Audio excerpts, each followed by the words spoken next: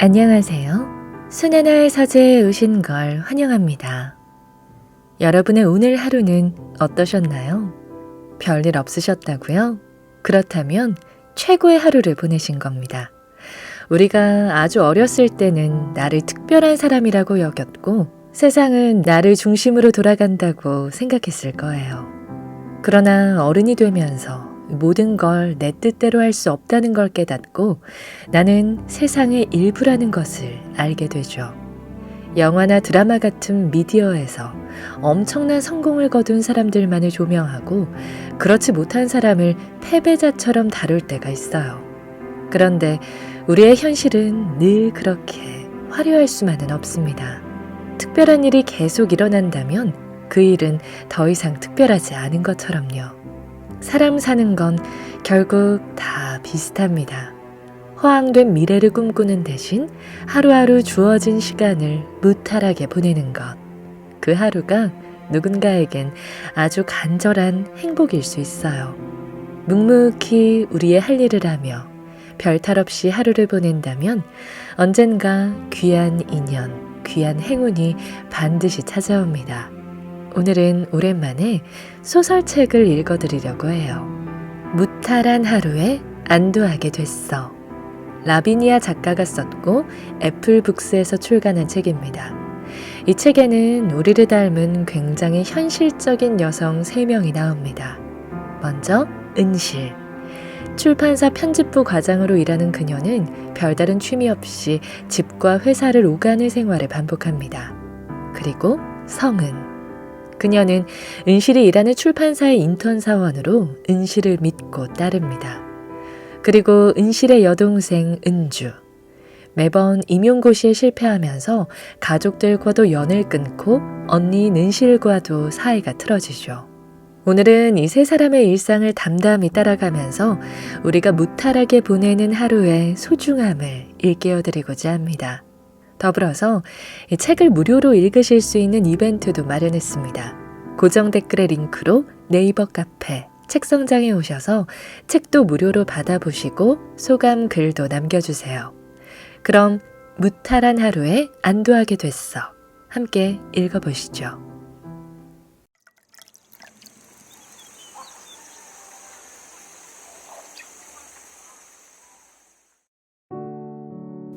아직 사회생활 경험이 부족한 성은. 그녀는 출판사의 인턴 직원으로 들어가면서 직장 상사인 은실에게 인간적인 호감을 느낍니다. 그리고 퇴근 후 함께 식사를 하면서 위로가 되는 말을 듣게 되죠. 과장님, 오늘 새삼 그런 생각이 드는 거 있죠? 은실은 고개를 돌려 성은을 바라봤다. 저도 과장님처럼 꾸준히 회사 생활을 할 수 있을까 하는 걱정이요.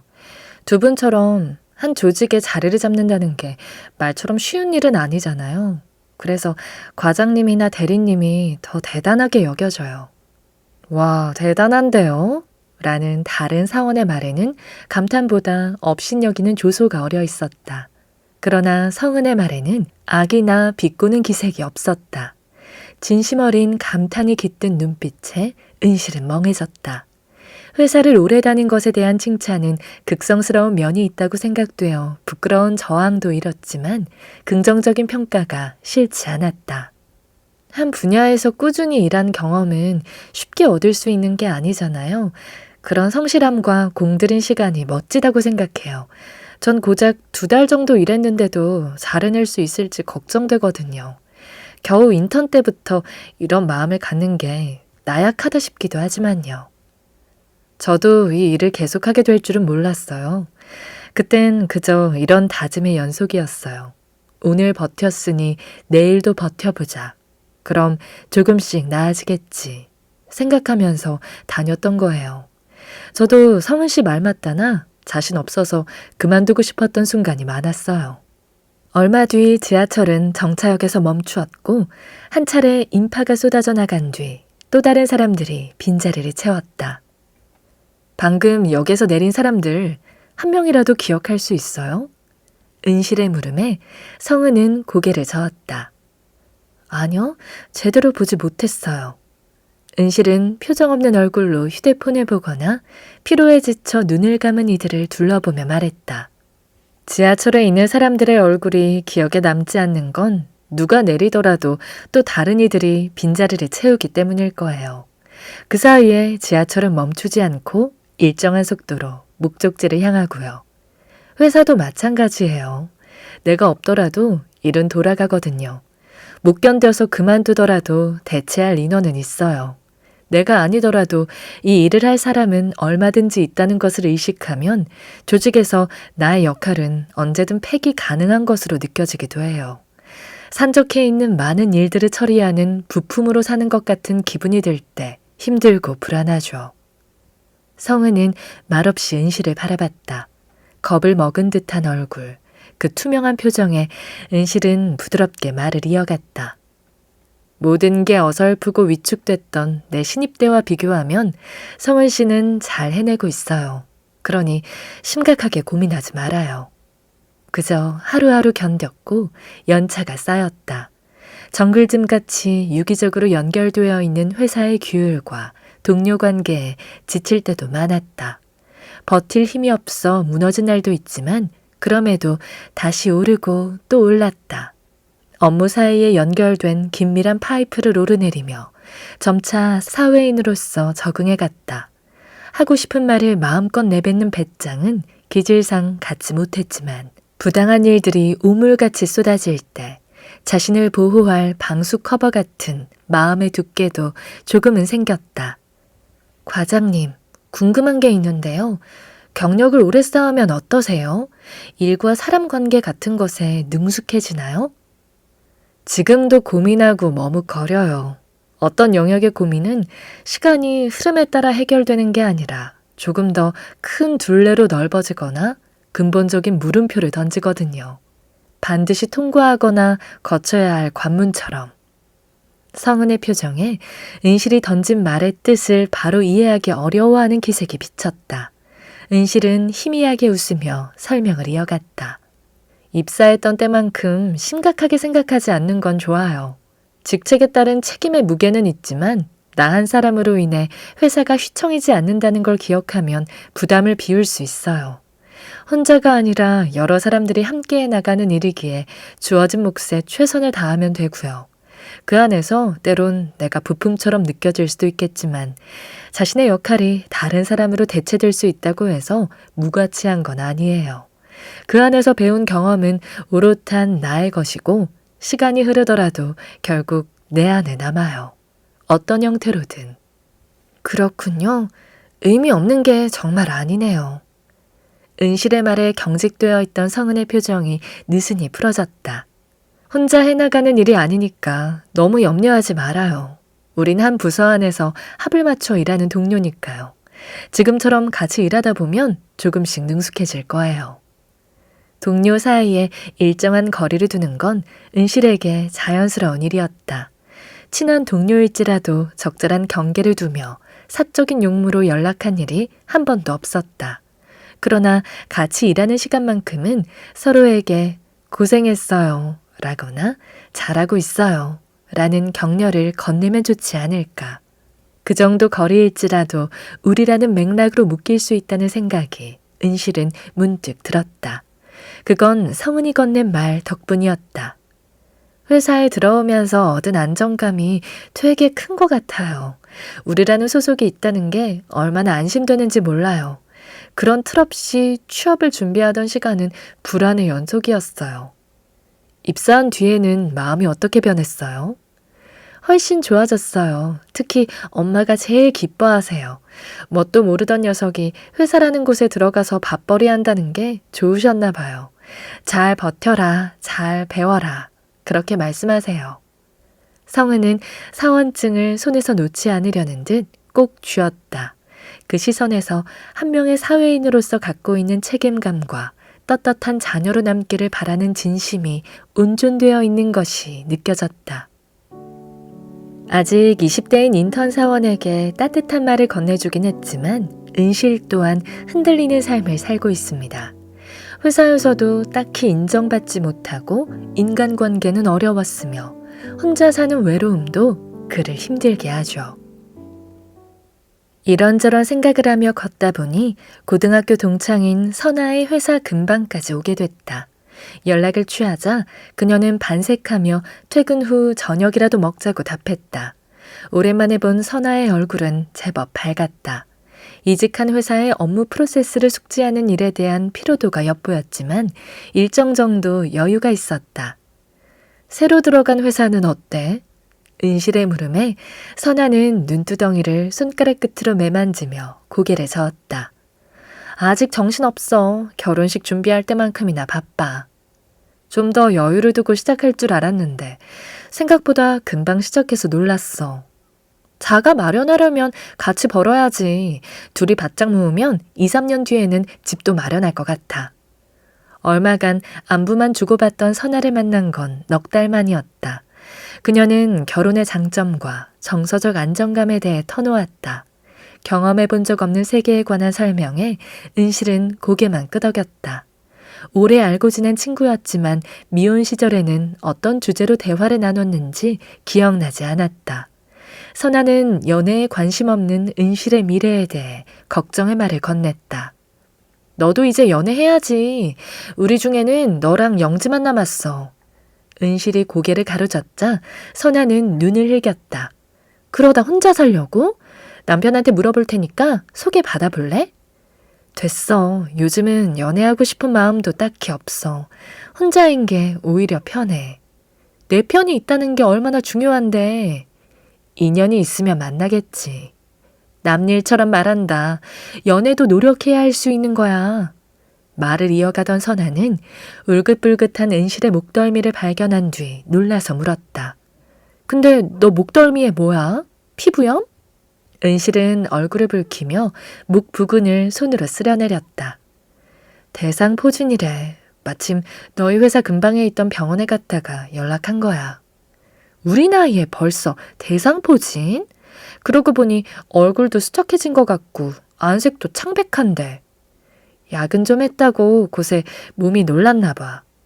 너도 참 둔감한 건지 의연한 건지 모르겠다. 아프면 아픈 티도 내고 연차도 팍팍 쓰고 그래야지. 몸 상하면서까지 일한다고 회사가 그만한 보상을 해주는 것도 아니야. 너 거기서 7년 차지? 이직해서 처우 괜찮은 곳으로 가라니까 말 안 듣고 버티더니. 선아의 성화에 은실은 다른 곳도 비슷하겠지. 직장 생활이 어디라고 다를까? 라고 답했다. 그럼 남자라도 만나. 몸 상할 정도로 일하지 않더라도 생활에 도움되고 의지할 수 있는 존재가 있으면 일상이 훨씬 여유롭고 좋아진다니까. 영지는 걱정할 게 없는데 네가 문제야. 은실은 영지의 이름이 언급되자 멈칫 굳어졌다. 걔는 우리한테 말을 안 해서 그렇지 100% 남자 있어. 그러니까 너만 분발하면 돼. 영지한테 무슨 얘기 들은 거 있어? 비서 월급으로 가당치 않은 가방이나 옷, 그거 다 어디서 났겠어? 네가 몰라서 그렇지? 나 감 좋아. 회사에서도 불륜 커플 바로 눈치챘다니까. 촉이 묘하게 구리고 석연치 않았거든. 황선아 촉은 절대 못 속여. 은실은 대화 주제에 영지가 오르내리는 것이 무지근히 여겨졌다. 거북한 화두가 이어지는 것이 버거웠던 터라 몸이 좋지 않다고 말한 뒤 선아와 금세 헤어졌다. 나누었던 대화가 머릿속을 배회하듯 맴돌았다. 남편, 안정감, 결혼. 그 모든 건 지금의 현실과 동떨어져 와닿지 않는 단어들이었다. 결혼에 대한 간절함이 한도를 넘을 만큼 강하게 일었던 적도 있지만 지금은 그런 꿈마저 흐려졌다. 그렇다고 이상한 건 아니지 않나? 결혼하지 않고 혼자 사는 것뿐이야. 은실은 자신과 같은 선상에 영지를 놓아두고 생각했다. 영지는 친구들과 다른 유부남을 만나는 특수한 형태의 연애관계를 유지하고 있었다. 그 모든 상황을 감수해야 할 당사자의 심중에는 더욱 복잡한 감정들이 산재하겠지만 지켜보는 것만으로도 버거운 연애인 건 분명했다. 우리 모습이 누군가의 눈에는 불완전하게 비춰지겠지. 여러 상념에 젖어있던 은실은 지하철 손잡이에 기대서서 눈을 감았다. 비비되기 치는 흔들림에 의해 몸은 축없이 흔들렸다. 버티는 건 요령없는 노력이었나. 내가 희생하고 양보하면 원만히 이어질 거라고 믿었던 관계도, 묵묵히 버텨온 회사 생활도 실은 잠자코 견디는 것만이 답이 아니었을지도 몰라. 혼자만의 생활이 변치 않고 이어진다면 어떻게 살아가야 할까? 최소한의 벌이를 위해 몸 건강을 유지해야 할 것이며, 늙어가는 어머니와 회피하고 싶은 아버지의 존재도 결국 장녀인 자신 몫으로 배급될 막중한 의무 중 하나가 될 것이다. 이 모든 것들을 혼자 해결해 나갈 수 있을지 은실은 자문해 보았다. 참고 버티는 게 미덕이라 여겼던 방식을 마흔이 되고 쉰이 된 뒤에도 유지할 수 있는가에 대하여. 그런 이유로 인해 다들 결혼하는 걸까? 덜컥 퇴사하더라도 남편의 벌이로 일정 기간 유지할 수 있는 삶. 힘들다는 투정에 도닥이는 손길이 있는 삶. 집으로 돌아가 여보 나왔어 라고 말하며 갓 끓인 찌개를 나눠 먹는 삶에 대해 체념하면서도 내심 부러움이 있었다. 그러나 영지에게도 안정적인 반석은 없는 듯했다. 명랑한 고백과 달리 확신 없던 말들과 화려한 장신구는 누군가에게 사랑받고 싶었던 간절함이 어긋난 방향으로 발현한 것으로 보였다. 침대에 누운 뒤에도 몸을 뒤척이던 은실은 새벽녘 일기장을 꺼내어 펼쳤다. 선아의 말과 달리 나와 영지는 크게 다르지 않다. 외로워 잠들지 못하는 밤, 혼자 책을 들척이거나 맥주 한 캔을 따는 나와 같이 영지도 누군가 필요할 때 혼자일 수밖에 없다. 그런 어슴푸레한 밤에는 휴대폰 진동이 울렸다. 우린 서로 다른 상황에 처해 있지만 똑같이 외롭고 비슷하게 불안했다. 우리 이대로 괜찮을까? 네가 그 관계를 버티고 난 이곳에서 늘 고수하던 방식으로 견디는 게 우리에겐 정말 최선인 거냐고 묻고 싶다. 한편 인턴 사원인 성은은 자신이 좋게 생각하던 과장 은실이 사실은 회사에서 평판이 안 좋다는 걸 알게 되고 그를 험담하는 사람들의 얘기를 듣게 됩니다. 은실이 이른 퇴근을 한 뒤로 성은은 혼자 남아 업무를 마무리했다. 퇴근 전 탕비실에 들렀을 때 형원을 포함해 영업부의 다른 두 사람과 마주쳤다. 이들은 근방에 있는 카페에 갈 예정인데 함께 가는 게 어떠냐고 물었다. 제안을 거절하는 것이 애매했던 터라 성은은 동료들을 따라 카페에 갔다. 회사에 관한 이런저런 이야기가 오갔지만 성은은 잠자코 차를 마셨다. 그때 한 동료가 성은을 대화의 중심으로 끌어들였다. 그러고 보니 성은 씨는 좀 어때요? 네? 일하면서 어려운 거 없어요? 정은실 과장님 되게 조용하시잖아요. 말이 원체 없으셔서 일을 제대로 알려주시긴 하는지 걱정돼서요. 하기야 정 과장님이 그렇긴 하죠. 성은 씨 숨 막히겠어요. 당황한 성은은 뜨거운 음료에 입천장을 댈 뻔했다. 어색하게 웃어넘겼지만 유쾌하지 않았다. 대화를 듣고 있던 형원은 궁금한 건 참을 수 없다는 듯 호기심 가득한 눈을 굴리며 어째서 은실이 편집장 자리를 맡지 못하는 건지 콕 집어 다른 이들에게 물었다. 괜히 그 나이까지 남아있겠어요? 나이 들면 연봉 때문에 이직이 더욱 어렵잖아요. 버티는 게 대단해요. 저 같으면 못 다니고 그만둬버렸을 거예요. 카페에서 나온 뒤 같은 방향으로 향하던 인사팀 동료가 은근슬쩍 입을 열었다. 아까는 형은 씨가 있어서 말을 가려서 할 수밖에 없었어요. 성은 씨 이해하죠? 성은이 무슨 뜻이냐고 되묻자 동료는 목소리를 낮추고서 말했다. 설마 몰랐어요? 형원 씨 영업부 실장님 조카예요. 시간이 지나면 가족 회사의 실상을 훤히 알게 될 테지만 미리 언질해 주는 거예요. 어차피 여기는 가족이나 지인 아닌 사람이 버텨봤자 정 과장님 꼴나기 십상이거든요. 성은 씨도 여기 오래 있을 생각 안 하는 게 좋을 거예요. 성은은 쓰게 웃으며 겨우 네 라고 답할 뿐이었다. 들었던 말을 반추할수록 내면에선 좋지 못한 감정이 일렁였다. 정 과장님 성격상 이런 문제에 신경 쓰실 것 같지 않지만 그렇더라도 불편한걸. 정 팀장의 무례한 태도에 은실은 그간 동요하는 모습을 보이지 않았었다. 그러나 성은은 얼마 전 목격한 은실의 표정이 못내 마음에 걸렸다. 오후 내내 안색이 좋지 않았던 점을 오늘의 불편한 티타임과 연결시켜 떠올리자 거북한 이야기를 듣고만 있었던 일이 못내 부끄러웠다. 나서서 사수를 두둔할 수도 맞장구를 칠 수도 없는 상황에서 어떤 언행을 취하는 게 지혜로운 처사였을까? 불편한 감정을 해소하기 위한 합리화를 거치려 해도 죄책감은 해소되지 않았다. 지하철을 기다리고 있을 때 성은은 아빠가 보낸 사진을 보았다. 그가 보낸 건 흰색 민들레였다. 전송된 사진을 보던 성은은 통화 버튼을 눌렀다. 그래, 성은아. 전화가 올 때를 준비하고 있었던 듯 즉각적인 반응이 반가우면서도 마음이 찡했다. 혼자 있는 아빠는 오늘도 마루에 앉아 하염없이 마당을 보았을 것이다. 담벼락 너머의 도로와 그 너머의 노금진 수풀을 보며 어떤 생각을 했을까? 여울진 속내를 풀어놓는 경험이 많지 않다 보니 성은은 아빠의 내면이 또렷이 그려지지 않았다. 그저 보낸 사진 속 들꽃과 나무의 변화를 보며 어렴풋이 헤아려 보는 것이었다. 아빠는 오늘 꽃을 봤구나. 허허벌판에 생기 없는 겨울보다는 움트는 새싹과 식물의 변화를 감상할 수 있는 계절이 조금은 위안이 되지 않을까 하고. 아빠, 내가 전에 말한 과장님 말이야. 성은은 은실을 떠올리며 느리게 입을 열었다. 그분이 회사에서 좋은 평판을 받지 못하는 걸 알게 됐어. 직장에 인맥도 없고 동료들 사이의 관계를 원활하게 만들려고 노력하는 타입도 아니다 보니 그런 말을 듣는 것 같아. 다른 사람을 의식하지 않는 사람일수록 오해받을 일이 생기기 마련이지.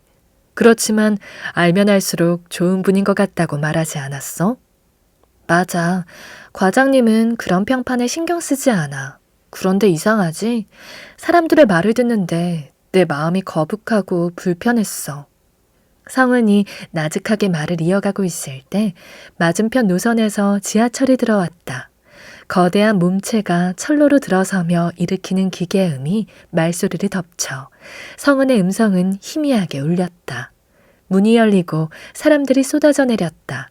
성은은 천천히 말을 이어가며 지하철에 몸을 실었다. 난 정말 멋지다고 생각해. 한 분야에서 꾸준히 일한 시간과 노력 속에는 여러 시행착오가 있었을 텐데 그런 과정을 견딘 게 대단하게 여겨졌거든. 근데 동료들이 나눴던 이야기는 그런 과장님의 모습을 부정하는 말이었어. 성은은 그림자로 어두워진 창을 응시했다. 투명하고 검은 창에 금방이라도 울 것만 같은 제 얼굴이 이른거렸다. 내가 꿈꾸는 누군가의 미래가 하찮게 평가당하는 게 서글펐어. 열심히 노력하는 인생이 어떤 사람의 말 한마디로 매도되는 건 옳지 못한 거잖아. 가라앉은 목소리로 고백한 점이 신경 쓰였던 성은은 근데 걱정할 정도는 아니야. 회사 사람들 하는 얘기에 불편한 마음이 들어서 잠시 기분이 가라앉았던 것뿐이야. 라고 부언했다. 가끔은 하소연도 해야 마음이 고이지 않지. 잘했어. 잘 말했어. 눈물이 나올 것만 같았던 성은은 애써 쾌활하게 답했다. 요즘 아빠가 보내준 사진 보는 게 낙이야.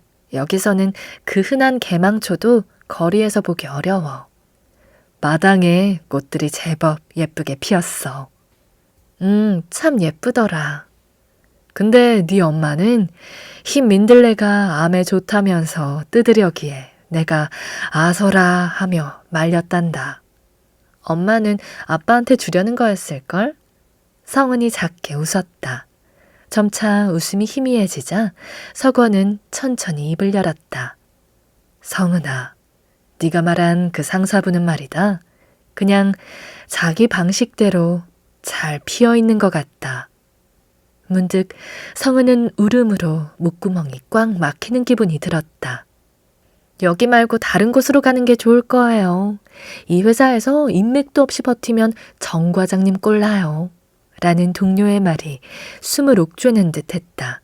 성은은 휩싸인 울음을 어쩌면 이곳에서 정규직 사원이 될지 모른다는 이야기를 아빠 앞에서 겨우 삼켰다.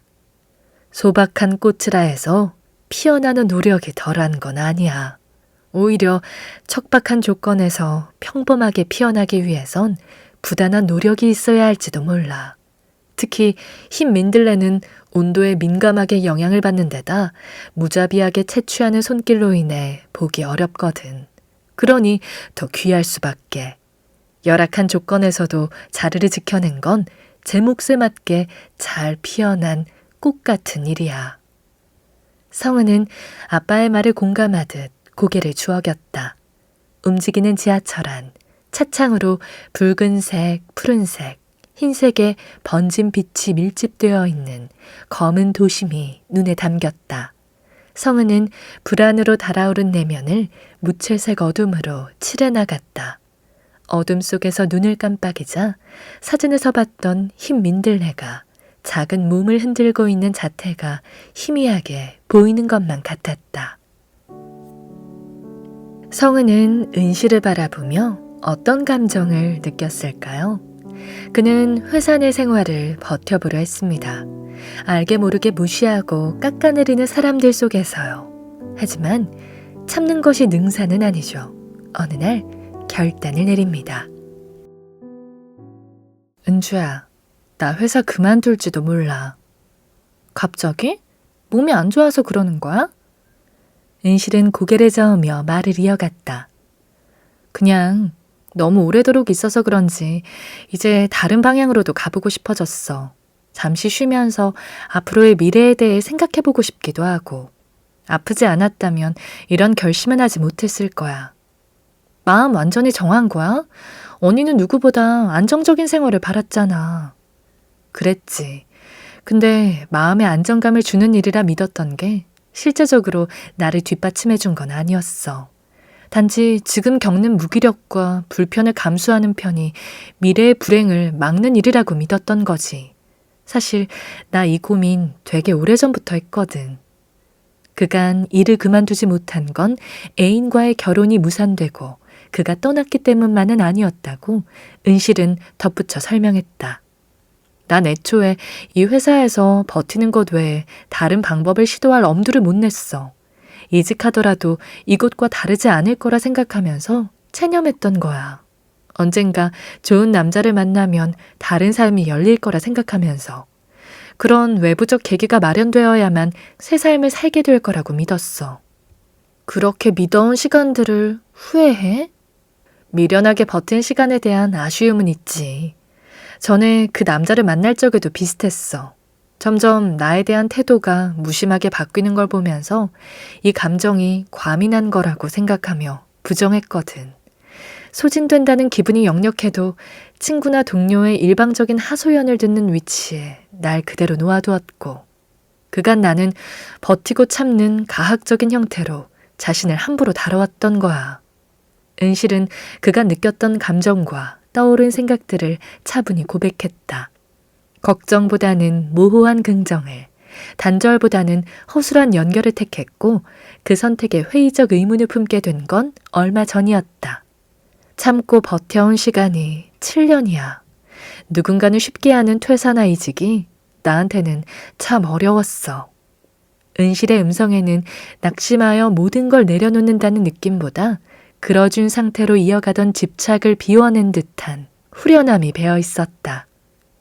이번 기회에 뒤늦게 알게 된 게 하나 있어. 그게 뭔데? 끝이라는 건 나약한 실패가 아닌 쉼이 될 수 있다는 거. 속내를 꺼내 보인 적 없던 은실의 첫 이야기는 둘 사이의 경계를 허물어 주었다. 사적인 고뇌 끝에 내린 은실의 선택에 대하여 은주가 할 수 있는 건 어떤 이유나 판단을 덧대지 않은 순수한 응원과 격려를 해주는 것이었다. 그렇다면 나는 이 시기를 거친 뒤 어떤 결론에 이르게 될까? 은주는 깊은 생각에 잠겼다. 고민에 대한 결론을 내는 데 있어 더는 연인의 충고나 미래의 불안에 어영부영 끌려가고 싶지 않았다. 비로소 원하는 선택을 할 수 있는 준비가 됐을 때 다른 이들의 호호와 판단을 떠나 이렇게 하고 싶어졌어 라고 언니에게 고백할 수 있게 되는 날이 오지 않을까. 그 고백에 대한 은실의 답이 응원이었으면 좋겠다고 은주는 바랐다.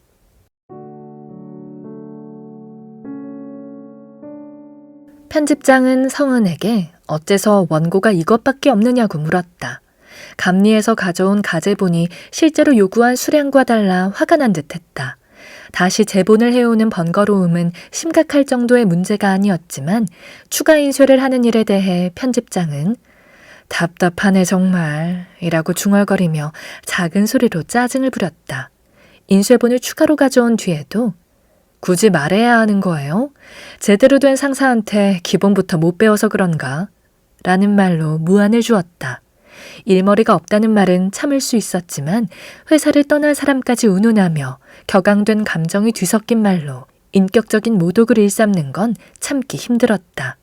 현실적인 상황을 자각하고 있다면 하지 말았어야 할 말을 한 건 퇴근이 가까운 시간의 일이었다. 저 그만두겠습니다. 절대 해소는 안 된다고 금지해 두었던 말을 내뱉자 속이 후련해졌다.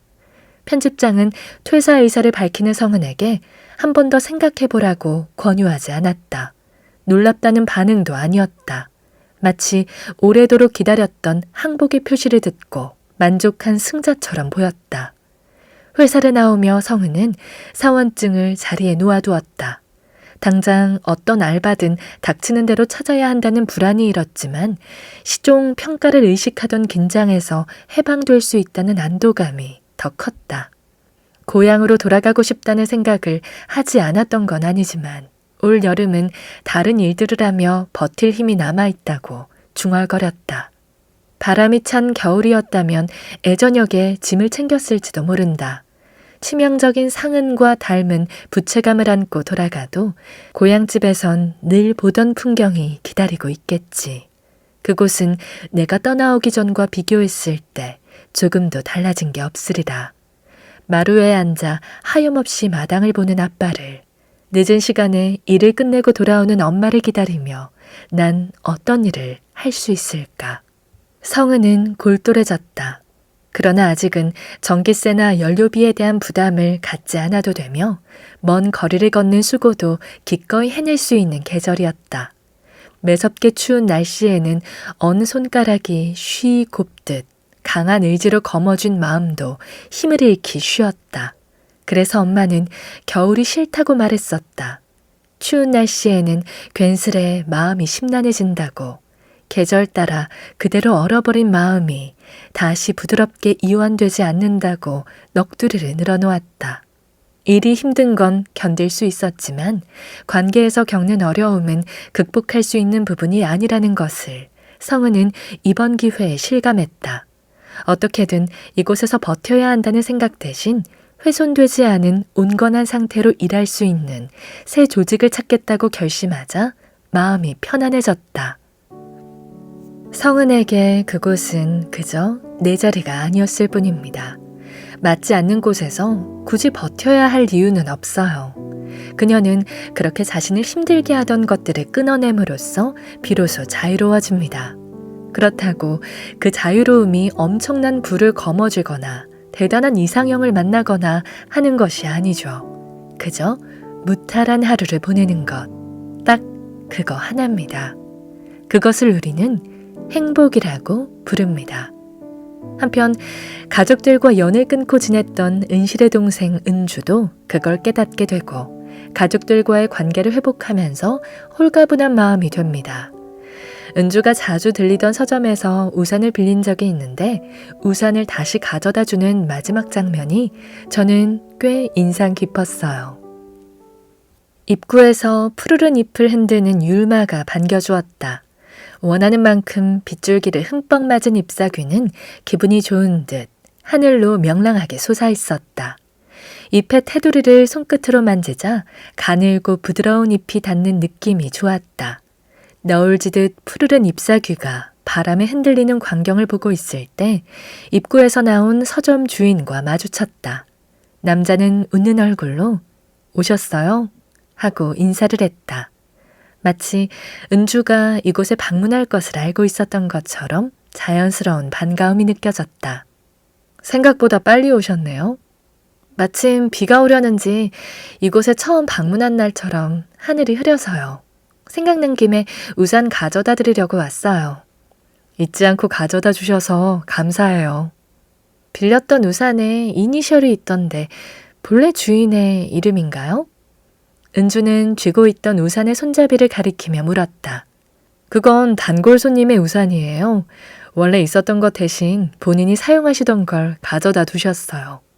은주는 고개를 끄덕이며 율마잎에 맺혀 있는 빗물을 구경하듯 보았다.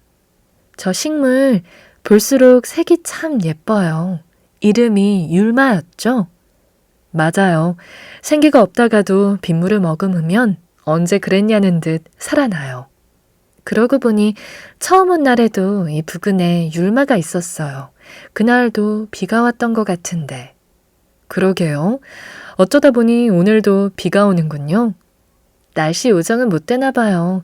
가는 곳마다 우중충한 먹구름을 몰고 오는 사람인 건지. 은주가 자조적인 투로 중얼거리자 서점 주인은 담담하게 답했다. 우연히 그날 비가 왔을 뿐인걸요. 비가 오는 게 나쁜 것도 아니고요.